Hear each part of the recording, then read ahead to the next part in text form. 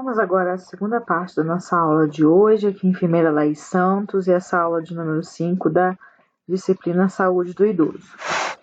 Então, galera, agora vamos falar sobre um aspecto do envelhecimento pouco discutido, pouco discutido pela literatura, pelos profissionais, que é a sexualidade do idoso. A sexualidade na terceira idade ela é permeada por tabus e preconceitos, mas o assunto deve ser tratado com mais naturalidade, para que se evitar diversos transtornos, inclusive aumentando comportamentos de risco e exposição a infecções sexualmente transmissíveis, porque a gente tem essa ideia, né, de que o idoso não tem vida sexual ativa, e isso discute-se menos a prevenção das doenças no idoso. Então, por isso, devido a esses tabus, preconceitos, a falta da discussão desse assunto, os idosos estão se expondo mais a comportamento de risco, estão se expondo mais ao risco de contrair uma doença sexualmente transmissível ou infecção sexualmente transmissível. Por isso, é essencial que a gente entenda as mudanças no corpo e tome os devidos cuidados para a saúde sexual nessa fase da vida. O primeiro passo para abordar o tema dos idosos, sexualidade de idosos, é tratar o tema como algo natural, como explicou a Helena Cerveira Lopes. Se fala muito da questão de uma falsa assexualidade da pessoa idosa, como se a sexualidade fosse uma coisa exclusiva de pessoas jovens. É claro que não é isso que acontece, né, gente? É preciso colocar em pauta essa questão, já que, como ela é cercada de preconceitos pela sociedade, acaba refletindo na atuação dos profissionais de saúde, o que pode levar a uma falta de cuidados e ações relacionadas à saúde sexual da pessoa idosa. O que isso gera? Gera esse preconceito e é meio que um reflexo. Por reflexo, os profissionais de saúde levam em consideração que os idosos não têm mais vida sexual. E aí existe essa lacuna entre a prevenção e o diagnóstico das doenças sexualmente transmissíveis, porque os enfermeiros, os médicos, os técnicos, eles acabam por levar em consideração que o idoso não tem vida sexual. E aí peca-se na prevenção das doenças e no diagnóstico e tratamento das doenças sexualmente transmissíveis. Com o passar dos anos, as mudanças no corpo podem interferir no aspecto sexual de uma pessoa. Sexual, psicológico, social de uma pessoa idosa. Por isso, a gente precisa entender as transformações que fazem parte do processo de envelhecimento, como a diminuição natural na resposta aos estímulos sexuais. Nos homens, reduz-se a produção de testosterona e espermatozoides após os 40 anos. Nas mulheres, existe a redução dos hormônios durante a menopausa.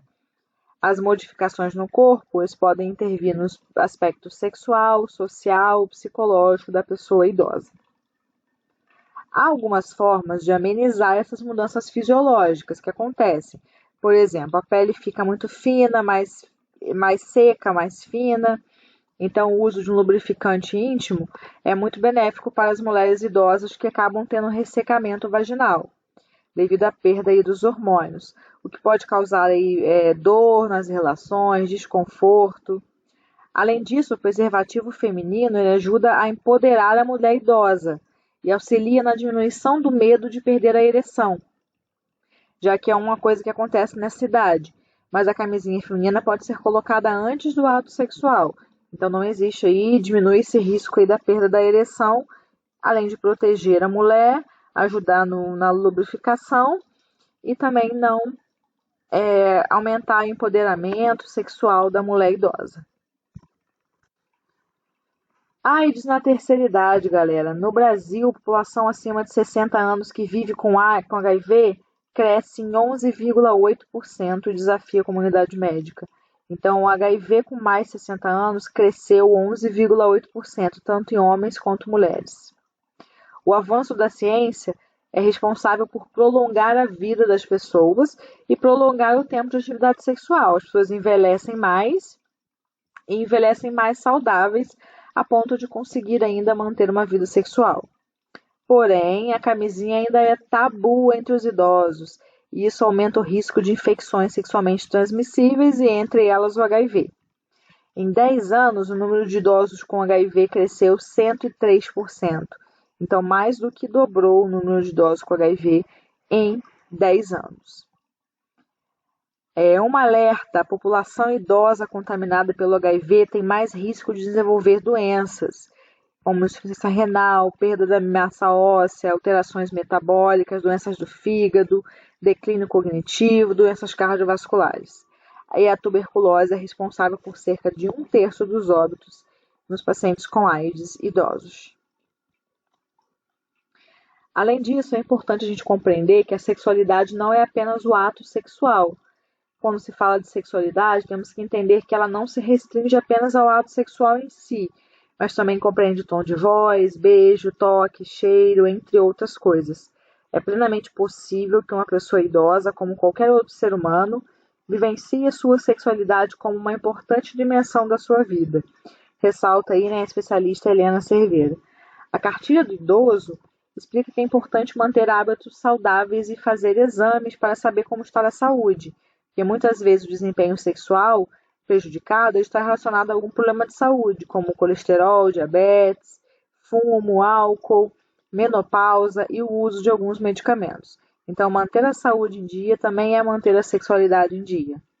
A cartilha também alerta para o uso de medicamentos que prometem melhorar o desempenho sexual. Todo medicamento só deve ser usado sob orientação médica. Inclusive aí, o Cialis, que é usado para ereção masculina, é uma medicação que é perigosa e que tem que ser usada apenas mediante orientação médica. Doenças sexualmente transmissíveis, infecções, que é o termo novo, infecções sexualmente transmissíveis nos idosos. O tabu de se falar sobre sexualidade vem gerando um aumento nos casos diagnosticados das ISTs nos idosos. A falta de informação sobre prevenção é um dos fatores que leva a esse aumento. Na última década, as ISTs têm afetado a saúde dos idosos, principalmente pela ausência do uso de preservativo. Por ser um tabu, não se fala sobre isso e os idosos não têm se prevenido contra as ISTs devido a esse tabu, a esse preconceito. De acordo com os dados do Boletim Epidemiológico HIV/AIDS 2018, o número de casos de HIV entre pessoas acima de 60 anos aumentou 81% entre 2006 e 2017, sendo que a taxa aumentaram tanto para homens quanto para mulheres, então não teve diferença entre homens e mulheres. Os profissionais de saúde eles possuem um papel fundamental no enfrentamento desses problemas.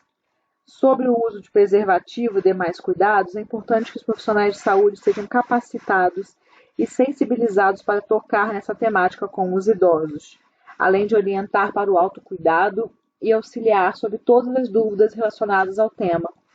Os cuidados de prevenção necessários para a pessoa idosa são os mesmos para todas as idades. A pessoa idosa, assim como toda a população sexualmente ativa, precisa fazer o uso do preservativo.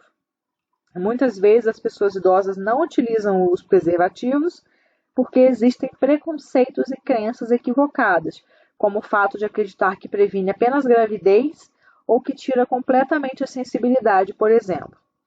Por isso é essencial que o profissional de saúde possa falar livremente sobre o assunto com os idosos, discutir e orientar os idosos a esse respeito.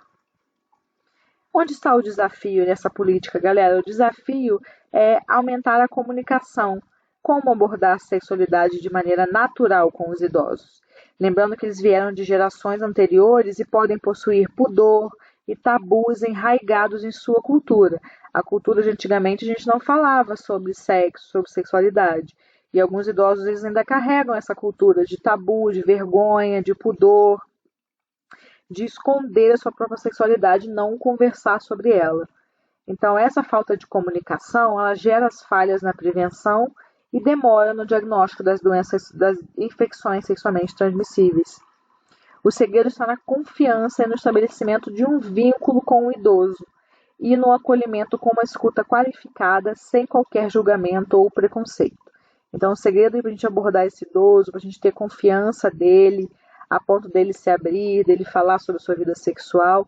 Não é fácil, os idosos eles têm mais dificuldade de falar sobre o assunto, mas com o vínculo, com a confiança com a equipe, ele vai se sentir mais à vontade, uma escuta qualificada, uma escuta sem julgamento, sem preconceitos, ele vai se sentir mais à vontade para se abrir a esse respeito com a gente, para que a gente possa orientar a realizar a prevenção das doenças, a realizar os testes rápidos frequentemente, de modo que a gente possa prevenir e diagnosticar de maneira precoce qualquer tipo de infecção sexualmente transmissível que venha a acontecer com algum desses idosos.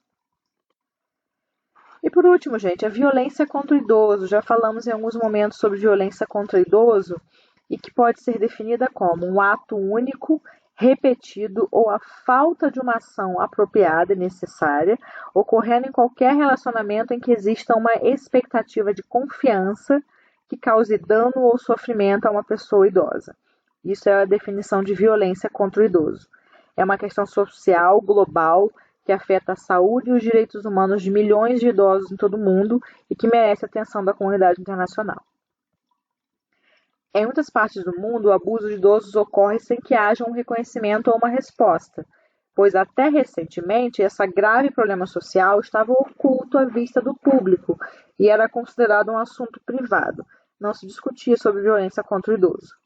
Ainda hoje, o abuso de idosos continua sendo um tabu, subestimado e ignorado pelas sociedades mundialmente. No entanto, há evidências que indicam que o abuso de idosos é um importante problema de saúde pública e social. Ele ocorre nos países em desenvolvimento e nos países desenvolvidos. No entanto, geralmente nos países desenvolvidos ele é subnotificado, ou seja, acontece, a gente não fica sabendo.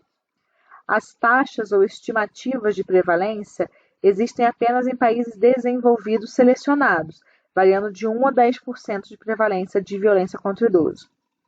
Embora a extensão dos maus-tratos dos idosos seja desconhecida, seu significado social e moral é óbvio, e como tal exige uma resposta multifacetada, uma resposta de vários ângulos, de várias sociedades de uma forma geral, focada na prevenção dos direitos dos idosos.